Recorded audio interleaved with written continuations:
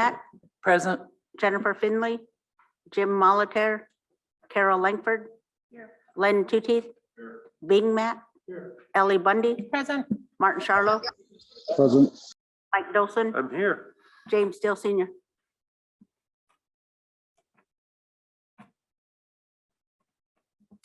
Thank you, Jen. Martin, I know you're a long ways away, but you're here with us. Would you mind doing a prayer for us today?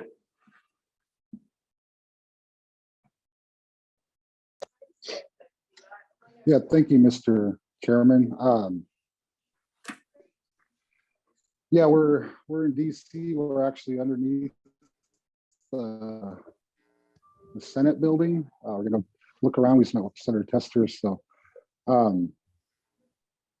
yeah, thank you for the opportunity. Grandfather, thank you for all that we do, all that we have. Thanks for letting us wake up this morning. Prayers for safe travels home for everyone. Hope that everyone's staying warm and safe out there. Praying for our elders, our children, you know, any of our parents that are getting older and having to deal with them. It's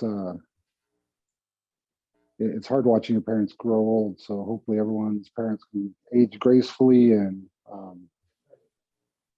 do well themselves. So with that, I'll listen to your name. Thank you.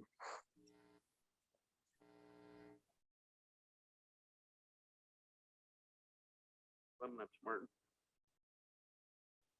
Okay, we have our minutes from March 8th for your review and consideration. Go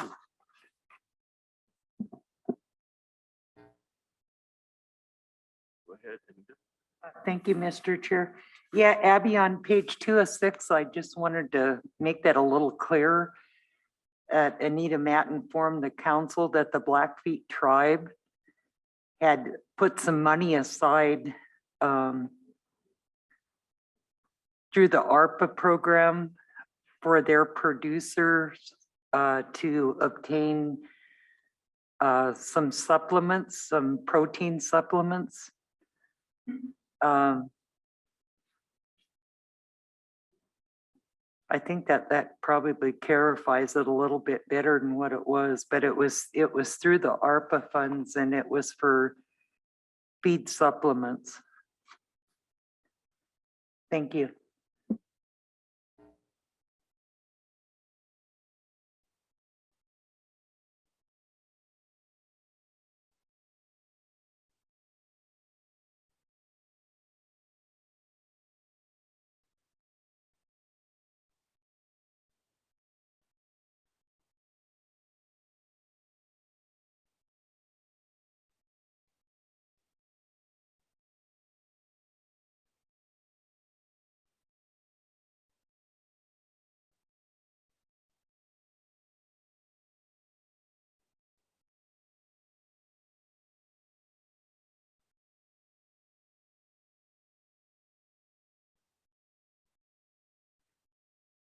On the bottom of page 2 and 7, where Councilwoman Langford is referring to the Rocky Mountain Tribal leaders, I would like the last sentence of that paragraph just deleted.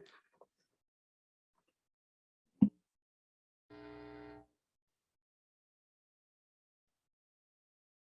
would also agree with that too. So yeah, Abby, if you would just eliminate that whole paragraph. Thank you. Mr. Chair. Go ahead, Ellie. Abby, on the bottom of page 4, the number there needs the comma instead of the period after 222.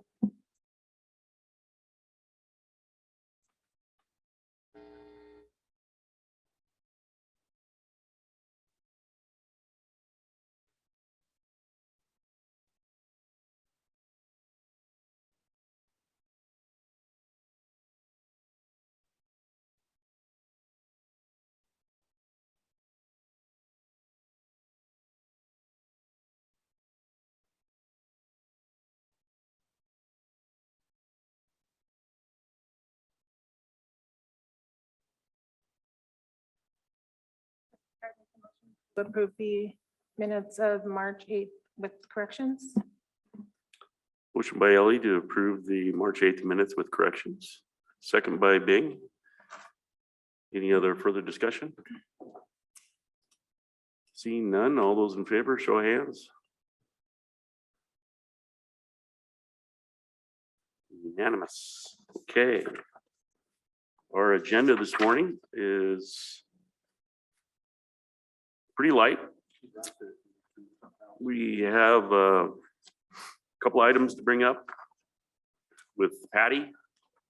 Squeeze that in. I have a couple of updates I'd like to mention. Any other additions to the agenda? I have something. Okay, Carol? It's on Boys and Girls Club. And yeah, Boys and Girls Club. And maybe marijuana. The question. Good, Mike.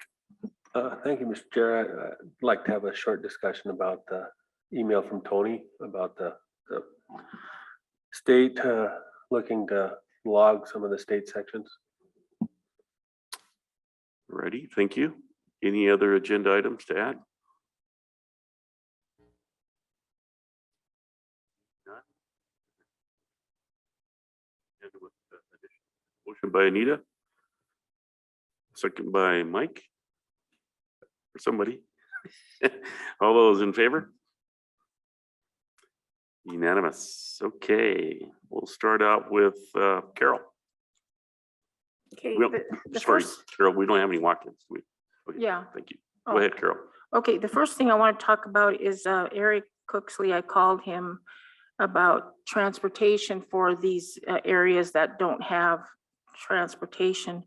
And he asked if council would be willing to come down and have lunch, just an hour, and maybe talk about that issue.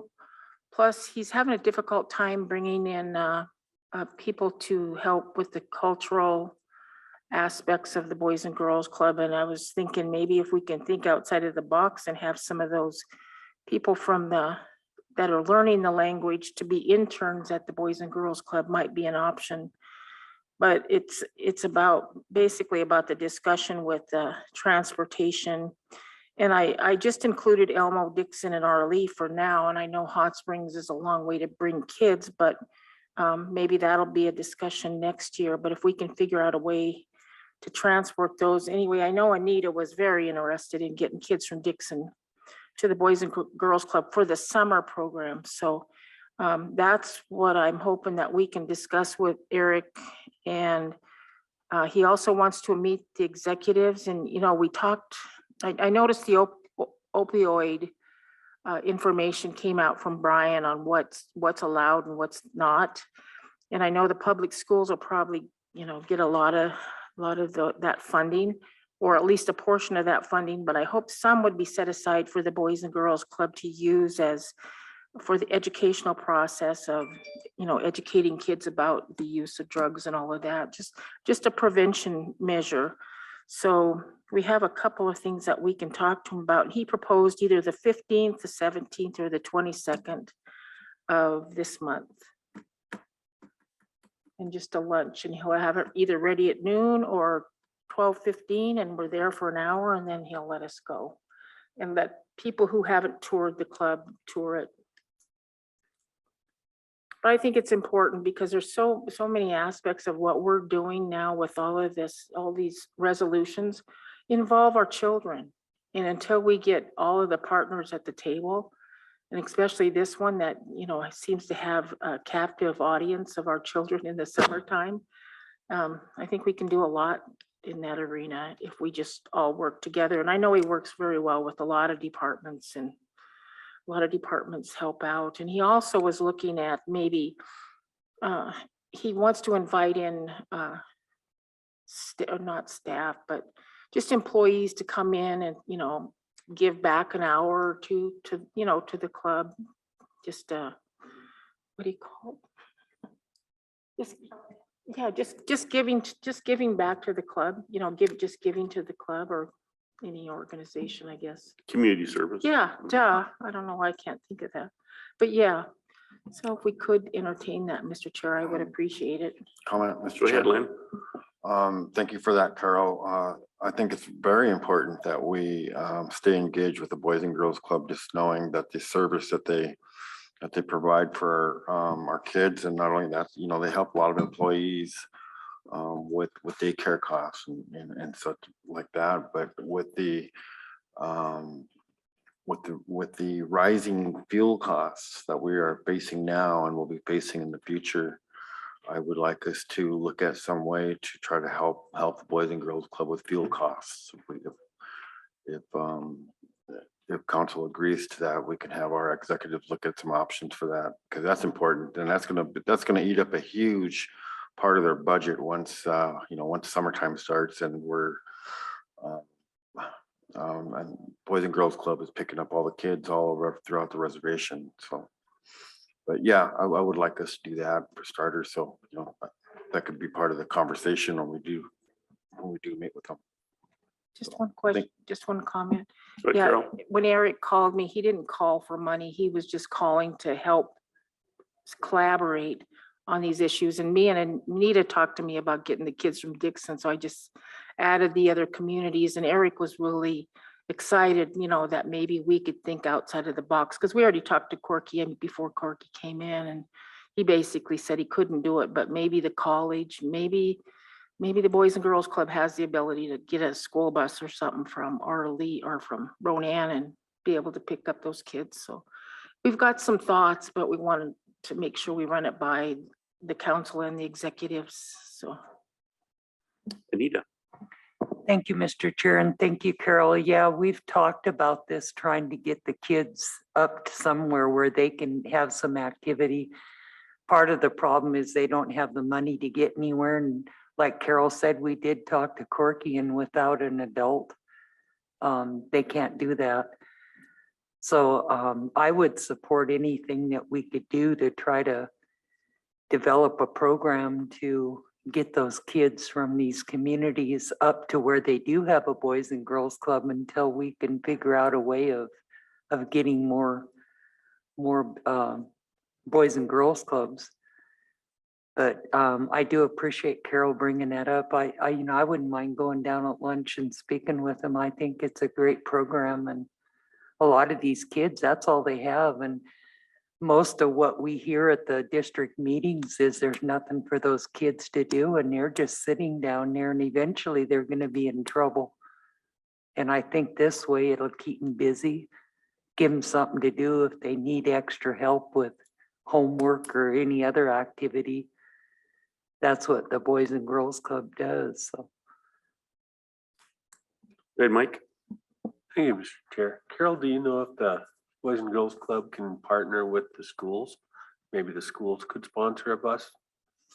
they actually do sponsor, or actually do provide a bus to bring kids from the school to the club now, both Polson, I don't think Polson, but at least Ronan, they used to. Now I see them walking on the walking path that somebody built, so that was nice. But yeah, I'm sure we can talk to them, but there might be some money involved, and I know they don't have a lot of money to pay. So maybe that's something, like Len said, where we could step in and help out with the gas or something. Well, I'm thinking that Dixon School maybe could provide the bus and the gas, or Hot Spring School bus and gas Okay, in some yeah. sort of partnership. And let's include Hot Springs in our lead. I know we got a temporary club in Mission now, and I think that's going very well. And the next one is probably Arlie.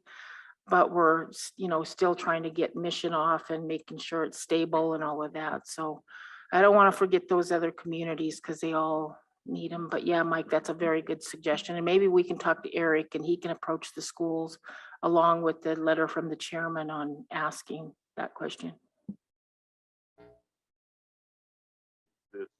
As a council to have a luncheon meeting date with Eric at the Ronan Boys and Girls Club, or Polson, Ronan. I think Ronan's closer.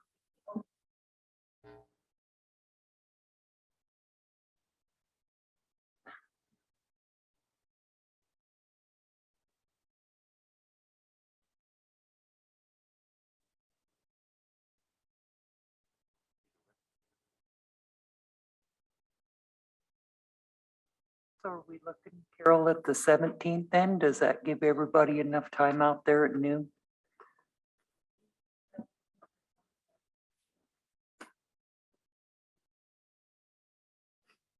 Go ahead, Jen. Can we possibly do the 22nd? You guys are crunched next week. But you guys have the Lake County Jail field trip on Tuesday in Polson. So as soon as you guys get done there, I don't have you guys on again until 1 o'clock. If that one is. Yeah, because I don't know exactly how long your Lake County tour will take. You guys might be able to go from 11 to 1 at Boys and Girls Club in Polson. Sounds perfect. Someone that is. Someone that.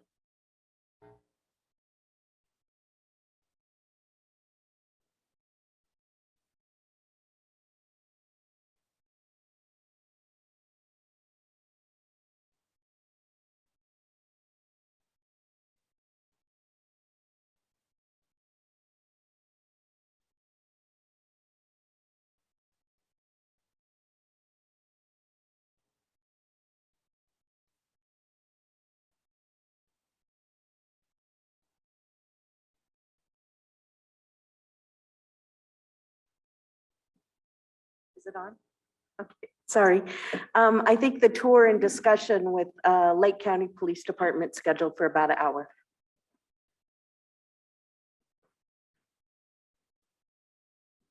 Okay, 22nd, Folsom Boys and Girls Club, along with the jail tour.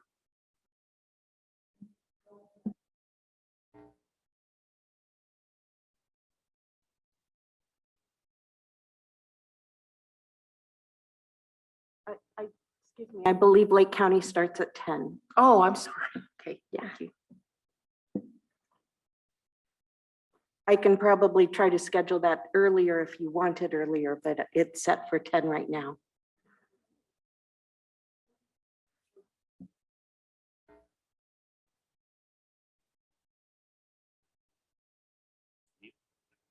I was just going to comment. And I think our biggest challenge here is going to be to try to get the money to get a bus for them to afford it, being it's during the summer. And I'll bet most of the buses in the schools are having difficulty right now with the rising cost to keep up to their budget. So had to be creative. I have a comment. Go ahead, Lynn. Yeah, I'm just thinking outside the box. If you guys recall when we did that tour of the property in St. Ignatius, that included a bus, if I recall right. Something that we could potentially use. I mean, if it's gonna be the property of the tribes, I mean, we could use it at our discretion. So just a thought. Right, so we have the 22nd. Yeah, buses are a challenge. I think you could probably get one out of a public school during the summertime. Might be able to get a Head Start bus. Tuga River School, we own lots of buses actually, but types of buses. College might be able to. College has their vans. Yeah, just a matter, I think paying for the gas and having that adult, if he's not a parent volunteer, it's gonna have to be a staff person. Unless we bypass that, I don't know what regulations Corky's referring to, but you know, the public schools don't have adult chaperone on the bus. It's just a bus driver. So I don't know exactly what Corky's referring to, but it's a limiting factor for him and his fleet. I don't think it's a limiting factor for Tuga River School, Head Start, or other entities. So I might check and see what other buses are available. So who does that? Do you want me to do that to see? Or well, let's just talk to Eric first and find out what he's thinking. Then we'll go from there. we can, and then maybe, you know, if the Head Start vans are available or something of that nature, it's just a matter of getting a driver. Corky has lots of drivers, just wouldn't be under his program. Okay, so. Sure, go ahead. Okay, the other, Mr. Chair, the other issues are Jim Stinger. I don't know if you got a call on that, Patricia, but I know me or being called called Constance about him being out of water. He lives up in what is it, what road, Mountain? High Francis Road in Arlee. And he's been out of water for a month, and I emailed both housing and the elders program. I don't know why I didn't include you, or maybe I did, but housing said they can't, it's not their issue, of course. And so I think somebody from the elders program said they would go down, but nothing's happened. They were gonna send in Red Horn pumps to see what was going on. I haven't heard back. And Bing said this morning, nobody showed up there. Okay, good to know. I will follow up with that. Okay, and I have contact for him too. And then the other one is Lucy Vanderberg. I think Wayne Vanderberg finally went out and took pictures of her roof. And I think that's in the works. That is in the works. I think we've got 2 bids. We're waiting for one more bid and then we'll proceed. Okay, and then Constance called me about Johnny Arlee's road. And since I worked on 2 other roads in my own, I'm paying for my own, of course, let's make that clear. Anyway, I helped 2 elders up in Elmo get their roads gravel. They paid for it, and you know, it's through Treasure State. Well, I'm working on 2 other roads, one in our Johnny Arlee and Arlee, and then Rita Liberty. And so I took pictures, and somebody's gonna get me a quote on blading the road, and then also how much it'll cost to gravel, and I'll get those to the elders program so they can order those up if it's not too costly. So I just wanted to give you an update on that. And then the third issue I have is there was a young lady who called me regarding, she's on the Suboxone program and she's covered under Medicaid right now. Her Medicaid is going to end. She's a tribal member, and she went in and seen a counselor at Tribal Health. And they asked her, are you smoking marijuana? And she said, yes. And they said, well, I don't know if we're going to be able to cover you at Tribal Health under the Suboxone program because you are doing marijuana.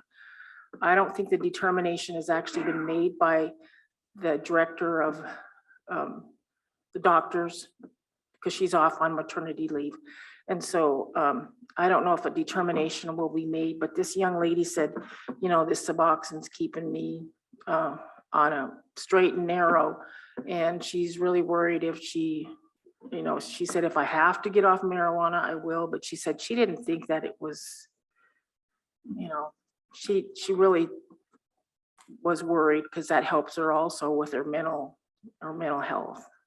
So anyway, I just wanted to give you a heads up that came up. Okay, and I can follow up with that also if Councilwoman Langford, you want to provide me the patient's name? Yeah, okay.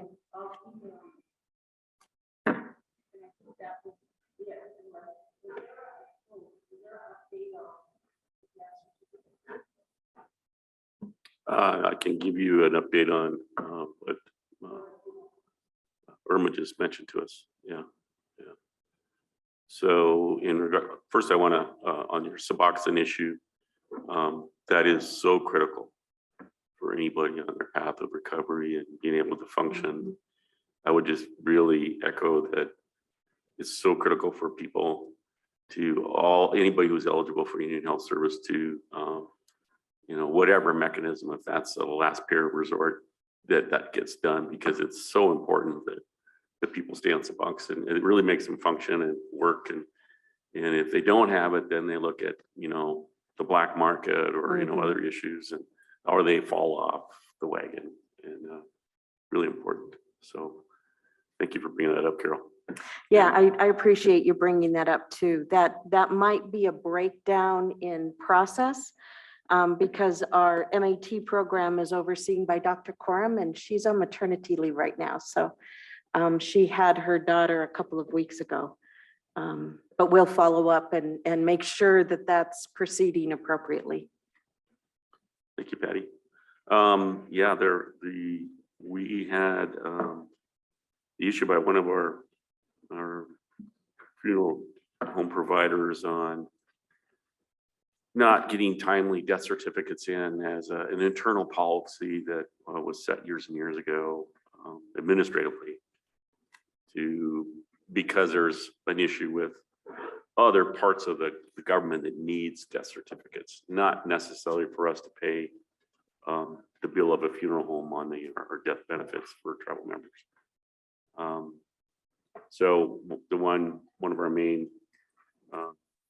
funeral home providers has got a backlog of bills that he's still waiting for death certificates. And so he's asking for relief from that. So basically it's an internal policy that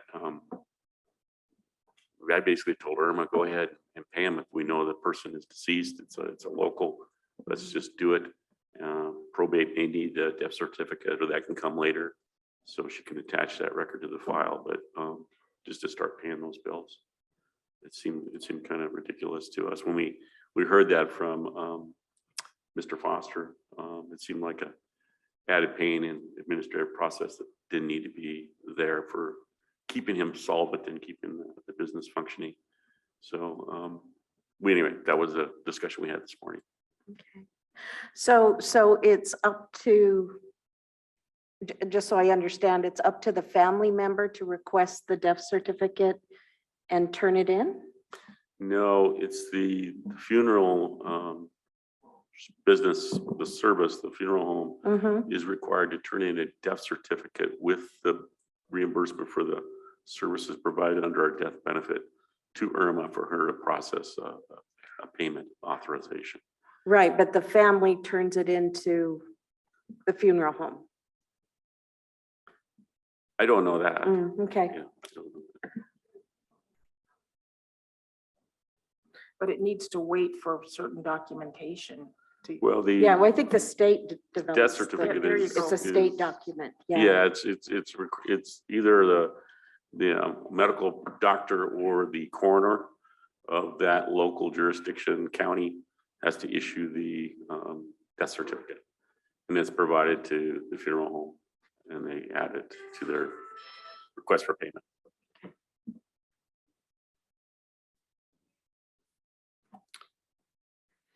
Yeah, go ahead, Nina. Are we done with that subject? I just have a quick Yeah, question. go ahead, Anita. Have we advertised for the tribal health director at this point yet? We have not.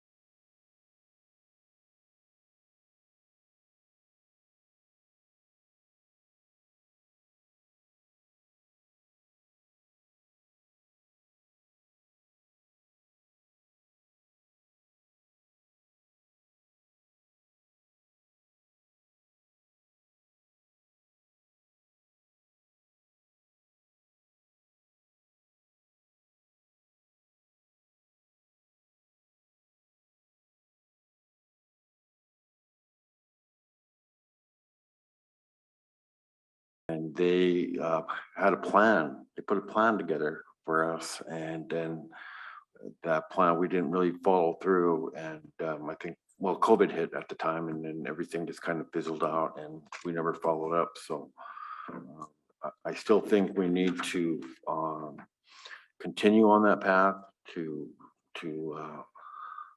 develop a health board, because you know, at that time, the discussion was nobody on council knew anything about health, you know? And so we felt that we should get those people that are not only educated about it, but have experience in the health field to be making those types of decisions for our travel health. So I just wanted to mention that, and Bing, once again, thank you for bringing up the dental aspect of travel health, because that is a serious issue. In fact, I encountered that this morning. So I think something we need to seriously take a look at, because that is very troubling when you are in that situation and you walk up to the door and they say, you don't have an appointment, you can't come in. You know, so anyway, that's all I had. Thank you. Go ahead, Anita. You know, then I always have my Leatherman in my car. Sure that people. Go ahead, Anita. Thank you.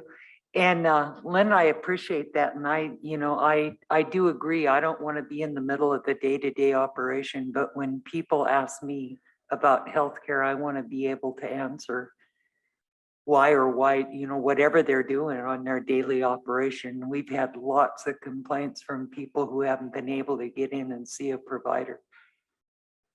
And then with COVID come along, it made it worse, and people have been stuck and referred, ended up driving from Mission to Pablo here to go to a clinic that's full.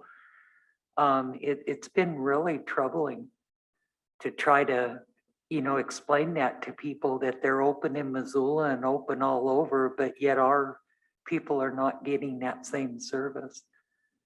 So that was my question too, is eventually to get back to when are they going to open up? Because there's still a lot of people who are working from home. And we get questions on that. A lot of people went back to work, some haven't, but I don't know how many doctors we have or what the need is, or if we need to run out and recruit for more. I know we've been kind of stuck on that, but definitely, I don't want to be on the day-to-day side of it, but I'd like to be able to answer the people at what's going on. So thank you. Thank you, Anita. I think the committee would help a lot. Yeah, I mean, these things are, we all experience them, Patty, of course you do too.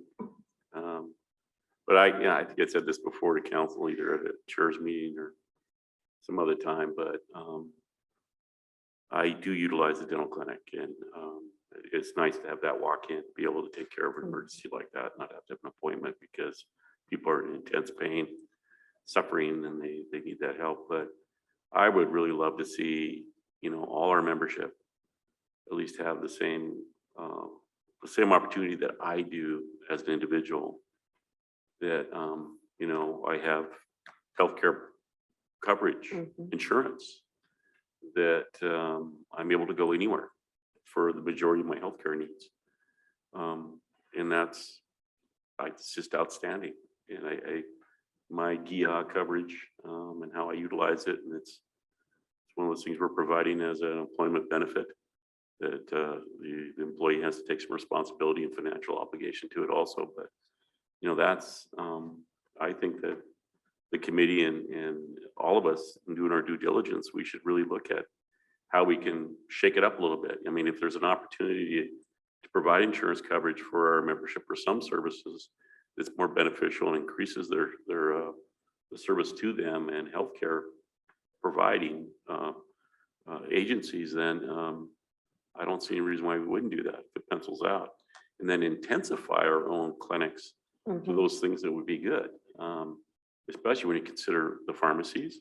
I'd love to see the pharmacies be open to the entire general public, because it really becomes, if you're open 24 hours a day, 7 days a week at a couple of our pharmacies, you're going to capture a whole bunch of market that's out there that is not being provided in the valley.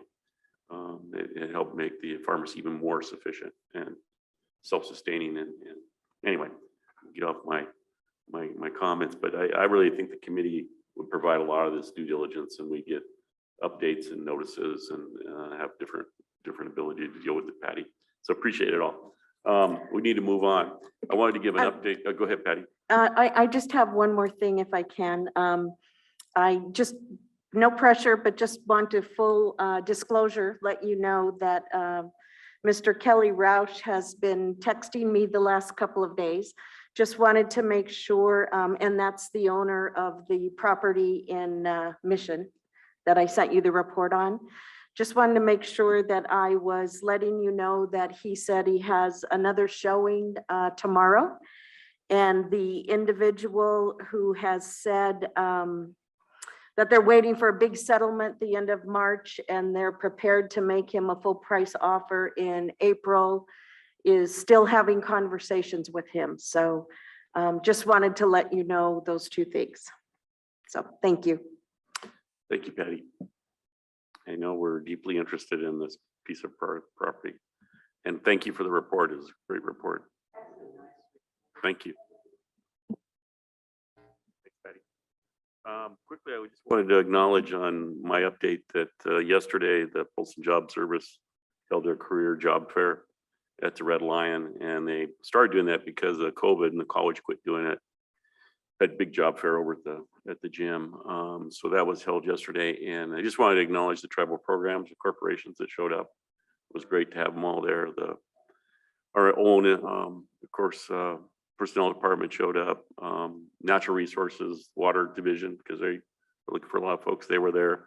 SK Technologies, SK Electronics, the college, and then of course, Tweedle River School brought their students over to visit it, which is really critical. So it went pretty well, but I just love to have tribal representation at those job fairs. And I really liked it before when I would be there on the floor at the college gym and see lots of folks. And it's a great thing to keep going and intensify. So I don't know if there was anybody from the irrigation project there. No. I don't think so, but anyway. Just wanted to mention that. The other thing is we still have the potential to make a nomination to the newly formed HHS Secretary's Tribal Advisory Committee. So I know Anita mentioned, I think, an interest in this one. Didn't you, Anita? Was this the one? It's a new one. It's the Health Advisory Committee. I thought this was a treasury one, was Oh. the one that I was interested Oh, okay. in, but I was thinking Carol because of her affiliation with the tribal health and stuff like It's that. a new committee that's never been established before. The deadline is March 25th for us making a nomination. Yeah, I can forward it all to you. Yeah, I did earlier, but just, we still have some time if we want to make a nomination. Okay, I guess there is some confusion. Is this from this region then? Is that? It would be the, I don't know, I guess Because- Billings. It's my understanding I think it's Harvey Spoonhunter that was supposedly, and that's the confusion. We can't really find out who's on these FACA committees or the federal committees. And this one tribal leader, when I said I was interested, he spoke up and said, well, my name's already in there, and I had no problem backing out, because if somebody's there, fine, but if somebody's not and we're not represented, if you look at the omnibus bill that came out, I mean, basically the federal government's unresponsive to all of our needs across Indian country. And so it just kind of really upsetting that this region in particular doesn't have people on these national committees. And I know it's hard to go along with your duties here at home, but we need to start stepping up and making sure we're hitting these committees and being a part. Because we at SKC has the biggest voice usually at the table, and we're not even there. That's because we don't have an Anna, or we don't have a Teresa anymore that used to do those kind of writings for that legislation to, to give it to Lynn to go back and present, that's wise. We don't have that, and we can't expect Patricia also, she's doing all the programs and be able to pick up on all that stuff. So I'll get off my bandwagon. I'll forward you the information. This is a new committee, so we're just taking nominations. So I'll give you the information, Carol. Yeah, go ahead, Lynn. Mr. Chairman and members of the council, I'm scheduled to meet with Bill Snell and Tafuna tomorrow.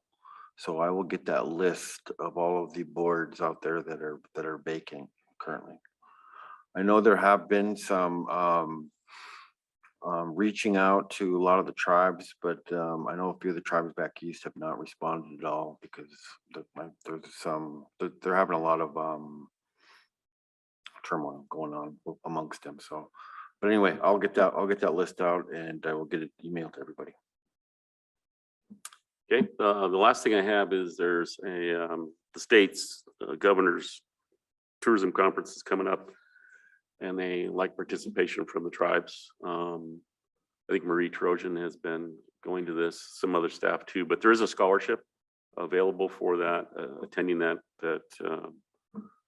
workshop. And so right now, I know Marie would be interested in going, so I would like to authorize her as the person to receive that scholarship to go, because she's got the historical record going all the time. That's okay with council, consensus with council. Okay, thank you. Mr. Chair, Go ahead, Ellie. you mentioned Marie, and I have just a brief announcement. She had shared an email with me, letting me know that she was just recently added to the list of Native women leaders in cultural heritage tourism list for 2022. And the American Indian Alaska Native Tourism Association just thanked her for perpetuating the culture for CSKT and all of the support that she has provided to them. So I just felt like I really wanted to share that with all of you and with the Facebook listeners. When people, do their job so well, we just need to acknowledge them publicly. So I just wanted to share that. I'm so proud of her and the work that she's done. There is a nice bio written up about her, and I will share it with council to check out, but kudos to Marie. Thank you. Mr. Chair, Yeah, go ahead, Anita. could we not send that on and put it in a Sharkusta? We should be recognizing, youth all the way through adult on what they're doing. And that's a good side of the story instead of all the trouble that we've got going on there and the wars and everything else. It's a good thing to share. Thank you for that, Anita. If council's okay with it, I will forward it to them and request that they share that as well. Absolutely. Thank you, Ellie, for that information. We want to make sure that any of those compliments or nominations or awards that our membership receive, that we do get that in the Charcusta. That we do recognize that again in this governing body. It's really important. So, which goes to the quarterly coming up and items there. I know we have one request for that, but we need to probably think more about that because that's just a few weeks away. So with that, we'll go to our regular agenda. Jen? Mr. Chair, I think you forgot Mike's. Oh, I'm sorry, Mike. Sorry. Sorry, Thank Mike. you, Mr. Chair, I just wanted to make sure that council is aware. It was probably a month or two ago that when we were in our Forest Advisory Committee meeting, I had mentioned to Tony that with prospective transfer of state lands to the tribe, that we should be on the lookout, and if anything is actually any activity on these state lands that might be detrimental to our interests. And last night he forwarded that a couple school sections, I think one down the Evero region and one in the Arlee region, are up to be logged by the state, and they're just starting the process. And I'd like us to have a discussion on what stand we need to take on state's activity on these school lands and these other lands that are going to be transferred to us. Thank you, Mike, for that notice. We'll have this on our agenda for Monday's all-day workshop. So we'll get updates there. So thank you. Go ahead, Mike. Well, I know we have a team in DC right now talking about that school, and so I was hoping maybe Martin noticed or some of the other folks noticed the email. That I would think it'd be good examples of what our position is. Go ahead, Lynn. Just real quick. Yeah, I think we should probably get some kind of correspondence out there acknowledging that this transfer of federal or state lands is a federal law now. It is a law. It is signed into law. And it's just a matter of process of getting those properties transferred to us. So technically they're ours. They belong to us now. But we just got to do the process. So I don't think, well, yeah, I think we need to, send something to the state lands board saying you will halt these activities on state land within the reservation boundaries. Thank you. Thank you, Lynn. Yeah, the federal law encumbers these parcels until their final decree is set, or, possibilities on exhausting all the tools in the water legislation. So good point. We'll bring it up on Monday and we'll be able to finalize it, and hopefully Martin did see that. Anyway, first item on our agenda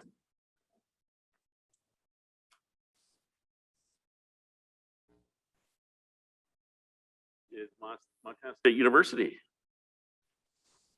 Go ahead. Good morning, everybody. Good morning, Hestsquext, everybody. My name is Brenda Ritchie, and I am the MSU FERTEP agent here on the Flathead Reservation. And it is my pleasure this morning to reintroduce to Council Dr. Wanyuan Kuo and the research team from the MSU Food Product Development Lab. They've been with us before and are coming this morning to chat with us again. As faculty, staff, and students of Montana State University, I'm going to pause here. We should have a slide that pops up. There we go, slide 2. There we go. All right. Thank you, Maddie. As faculty, staff, and students of Montana State University, we recognize that we are conducting research within the boundaries of a sovereign nation. And as such, we have a moral and ethical responsibility to do so in a culturally appropriate manner that supports the well-beings and the success of the Salish, Pondere, and Kootenai people. We appreciate your time this morning, as well as the opportunity to partner and collaborate with the tribes. At this time, I'm going to turn our presentation over to Dr. Kuo and her students that are working on their master's and PhDs in product food development research. Dr. Kuo? Thank you so much, Brenda, for introducing us. Good morning, Chairman and Council members. My name is Wanyuan Kuo. I'm an assistant professor at Montana State University. Our purposes today is to introduce ourselves to you and also give an update on our previous present and proposed work with the various entities on the Flathead Reservation community. Also get your input, suggestions, ideas, insight, and answer questions that you have. So thank you again for the opportunity to present. A little bit background about myself. I am from Taiwan. I got my Bachelor and Master of Science in Agricultural Chemistry from National Taiwan University. Then I went to University of Illinois at Urbana-Champaign to get my PhD in food science and human nutrition. So I started working at Montana State University in 2017. I also established a food product development lab. Our lab's mission is to develop food products that are healthy for both humans and the earth. Under this mission, we have 3 areas of studies. First is specialty crops. So we study lentils and chickpeas and some berries. We use product development and processing, such as extrusion, to make lentil pasta and chickpea puffs. We also collaborate with Montana Team Nutrition to bring these healthier, locally made, developed products to younger generations through the Farm to School program. And our one of the area of focus is indigenous foods, working with Senegal smallholder women farmers on utilizing indigenous food to create value-added product. And of course, also working with Fly Reservation food sovereignty stakeholders to support food sovereignty works. So I'm going to give a timeline overview of what we have worked on with the Fly Reservation stakeholders. Starting from 2019, we collaborated with Native Fish Keepers and Salish Kootenai College Business Program on adding value in the lake trout. So we developed a smoked lake trout, which you will hear a bit more later in today's presentation.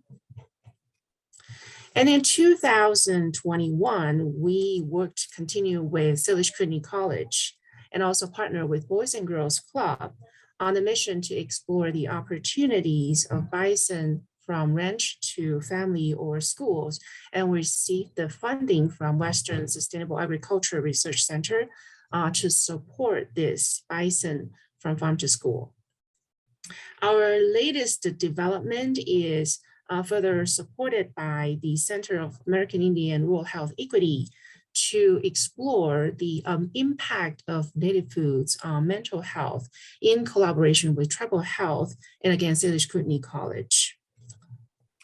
And most recently, we have established a collaboration with People's Food Sovereignty Program to use our food processing and food safety knowledge to assist their meat drying mission to therefore support more meat to the Fly Reservation families.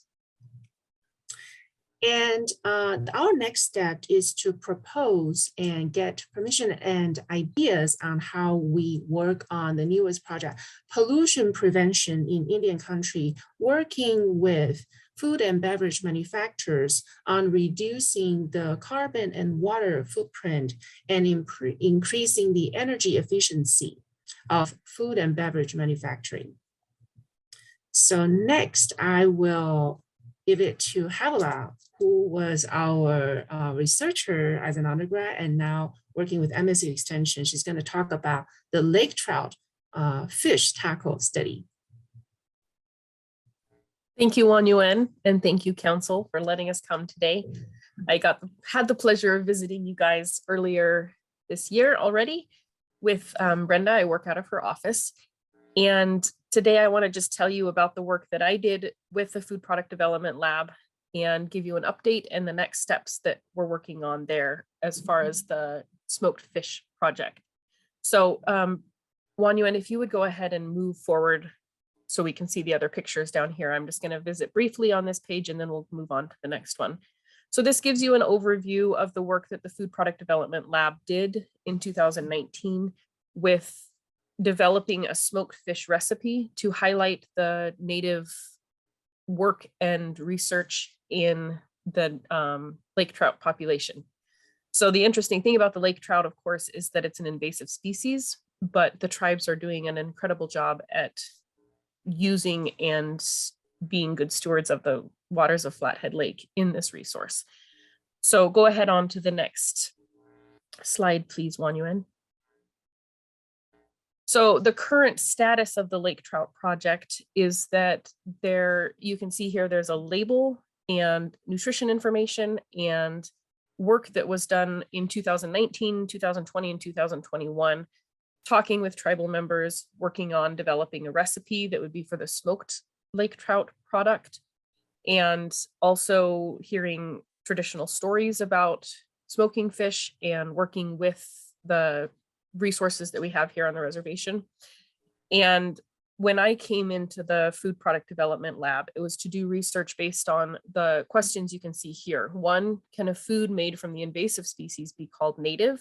And then the second question was, how does this market product fit into the nonprofit designation of the corporation of Native Fish Keepers Incorporated, since the ongoing goal of the group is reducing the lake trout population, not profiting off of the sales. So these were questions that the Native Fish Keeper Incorporated group had for Wan Yuen and her team. So we did a survey and a focus group talking with people on the reservation, Native stakeholders here. And then we also confirmed with the Indian Agriculture group that it can indeed be called a native product because it's being fished and responsibly taken out of the lake by native people. And if the smoked fish product was also created by native people, this would be a really good opportunity for a native product to be produced that doesn't have the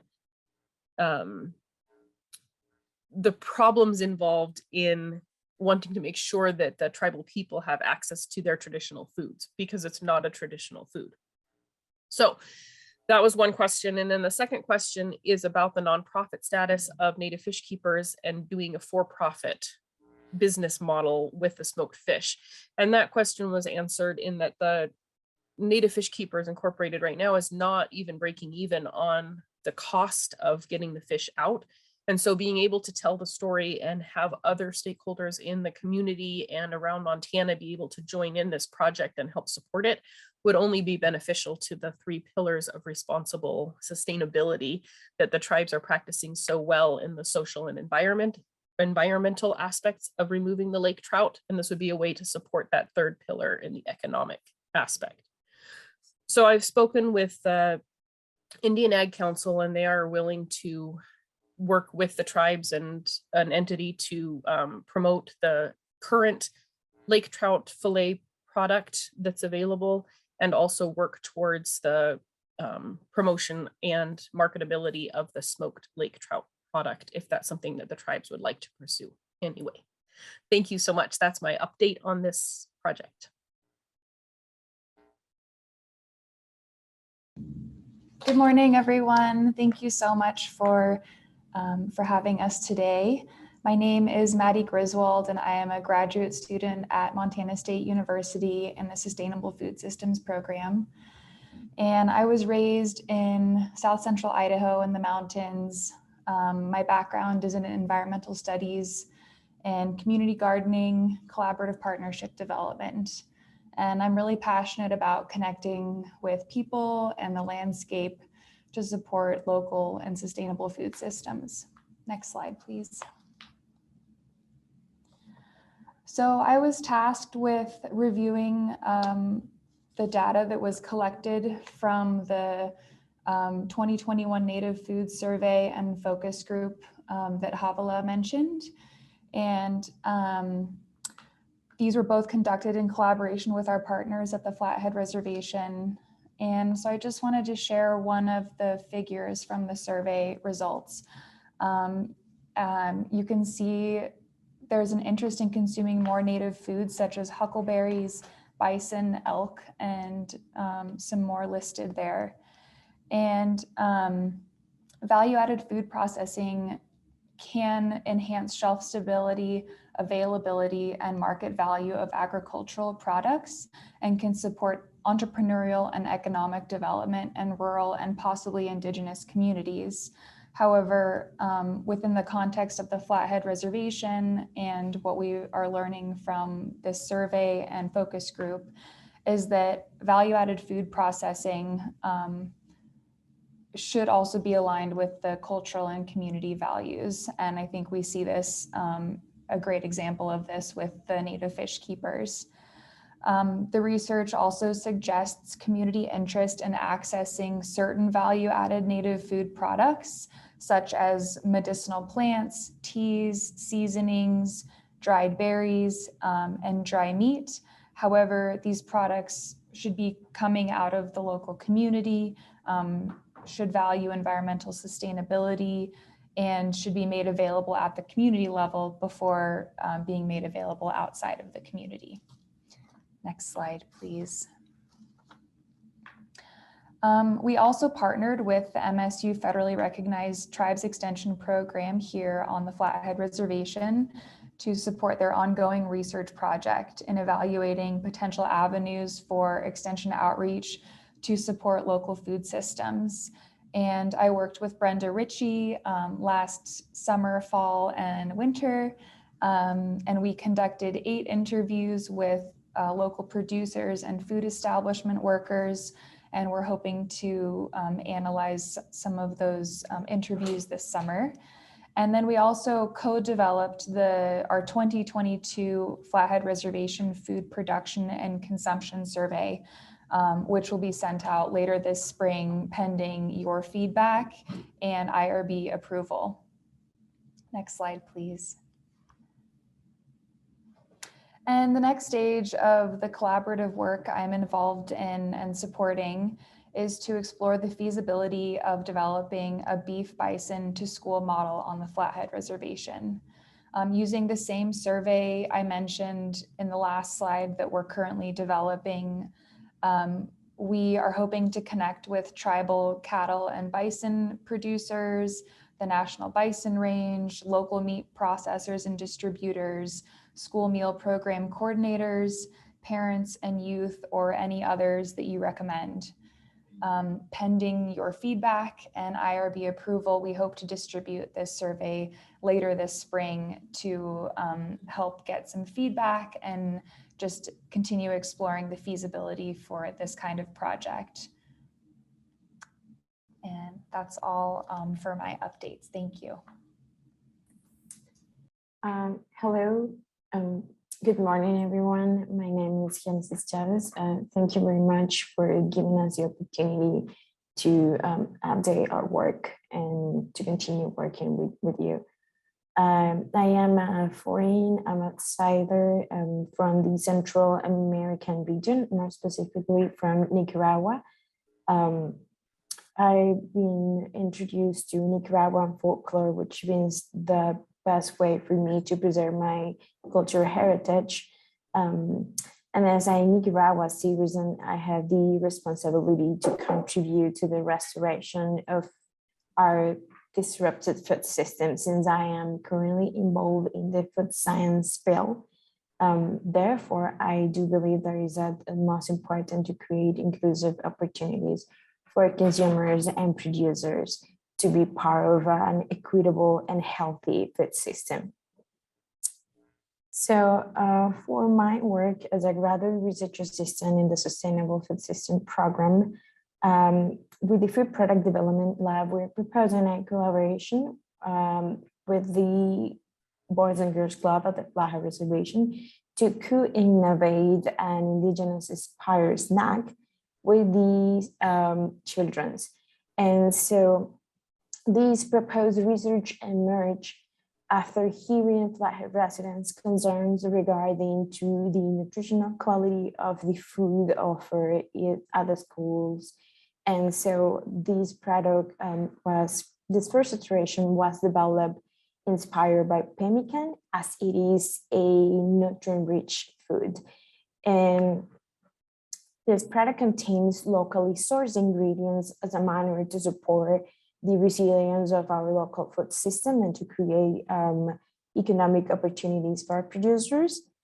This is a product created with ingredients that are relevant to CSKT culture, and it contains ingredients such as bison meats, Indian grass, and local berries. The children's evaluate the product over the summer last year while I was interning in at the Flathead Reservation working with Mission Food Enterprise Center. Children from the age to 19 to 13 took a sensory test, and in their role as a taste testers, they evaluated 3 cracker variations containing Saskatoon berry, Aronia berry, and Haskell berry. And they ranked the overall liking of each of these products using a 7-point pictorial hedonic scale, as you can appreciate in this slide. 1 meaning dislike extremely, 4 meaning neither like nor dislike, and 7 like extremely. And during this evaluation and after analyzing results, we were able to identify opportunities for improvement in our product formulation. And so then we innovate, and in the next slide, I am showing you our new product concept. And in here, based on the qualitative feedback from our first iteration, we created a hands-on concept delivering a unique experience by giving these children and consumers their free will to add bison meat crisped and huckleberry jam as it is desired. This new product concept was also evaluated with children from age 19 to 13. And as you can appreciate in our table, the overall liking is higher compared to our first product iteration. And these results were also supported by qualitative feedback. As you can read here, it was sweet and crunchy, and I like it. I like it with huckleberry better than bison chips. It was so fun. I love it. And our future work from here is, if we move forward to the next slide, is to evaluate and compile ideas from parents and youth to conceptualize the logo and design and storytelling and product identity of this snack, and to explore the healthy food entrepreneurial interest among parents and youth at the Flathead Reservation, so that they can own this project and take it to the next stage, which in this case will be to commercialize the product at a school level or at within the reservation.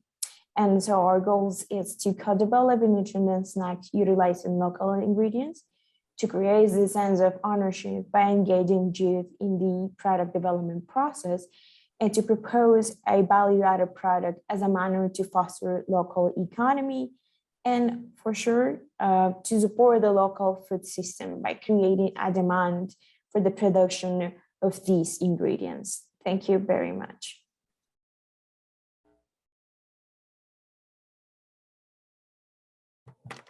Hello, members of the council. Thank you for the opportunity to visit with you today.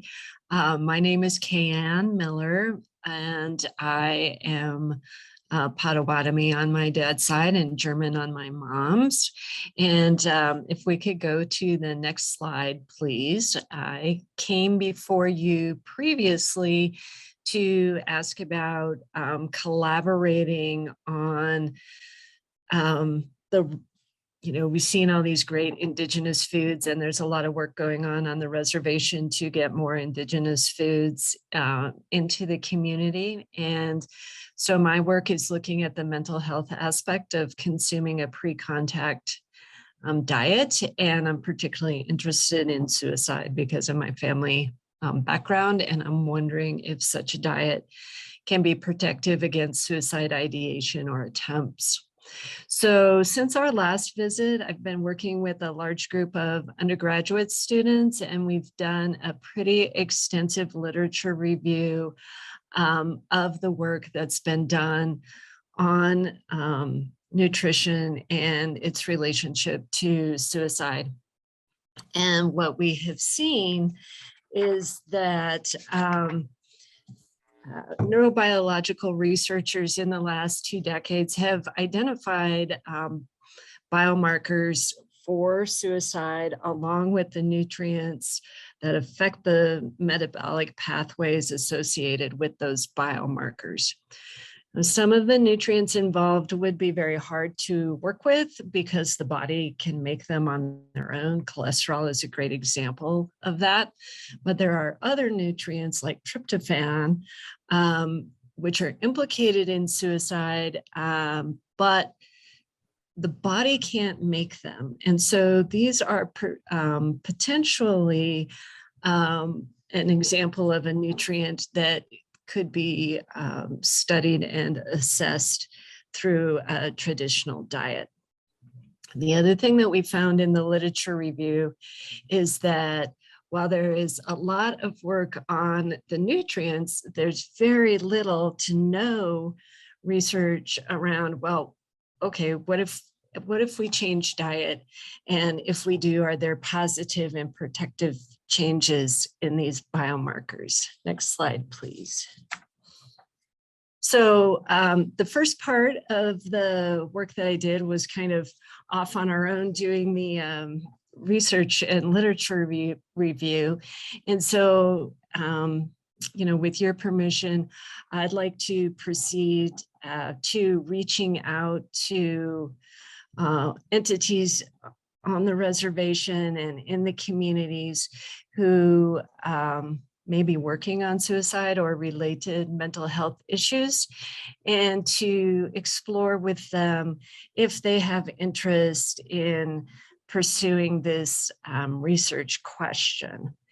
If they do, the next steps would be to create a community advisory board and then collaboratively develop a research proposal that could be submitted to the IRB. And that is what I have to share with you as an update today. Yuan? Thank you, Maddie, Kayan, and Genesis. So one very last little bit of update is that our next step includes presenting our finding from the lake trout study that Havilah presented to the Food Sovereignty Symposium this May in Michigan on the topic of how an invasive lake trout can support food sovereignty, a case study. So thank you very much again, Council, for the opportunity to present. And we'll be happy to answer any questions you have. Thank you. Nice presentation. Council, any questions, comments? I guess, Kayanne, when would you need to know your question from council as soon as possible? You know, whatever fits with your timeline. I'm in the first year of my PhD program, so I don't need an answer tomorrow, but I do have funding that would enable us to move forward at your convenience if this is something you're interested in. Is there any consensus by council to support her question to the different entities that she's listed, the tribal programs, to see if there is an interest for this research? I think you probably have consensus, Kay, and to go ahead and contact the list that you have on the screen. Okay, thank you very much. I really appreciate that. Go ahead, Carol.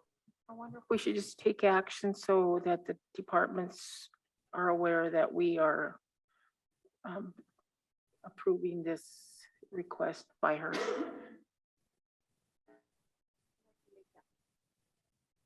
ahead, Carol.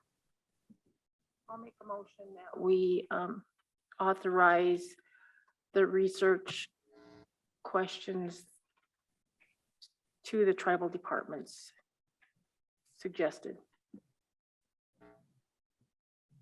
By Carol to approve the request for K.M. Miller to contact the tribal programs that would be related to pre-contact foods, pre-contact diets that may be protective against suicide.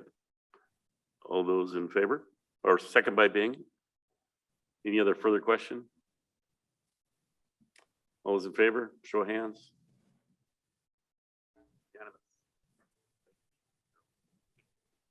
Any other questions for the presentation? I know I did participate in the trout, wild trout study. So that was interesting. It was interesting case study and work. I really appreciate it. And also, Ken and I are planning to visit the Valley next week, 15th to 17th.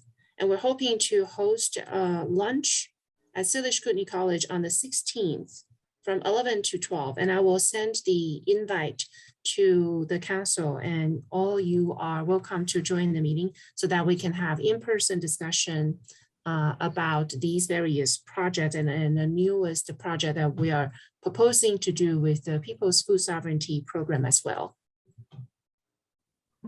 Thank you. We'll look forward to that invite. And Chef Kayan will coach me, and we will make some smoked fish spread and then present it to you when we are there as well. All right. Thank you. Any other? We'll also bring the cracker. I'm sorry. You'll also bring cracker that Hines developed with the Boys and Girls Club. I want the smiley face cracker. a smiley face. Thank you. Thank you, everybody, for your presentation. Really appreciate it. Thank you. Thank you for your feedback. Appreciate everyone. Okay, next on our agenda, we might want to take a quick break. So just a quick 5-minute break. Sorry, we'll be right back.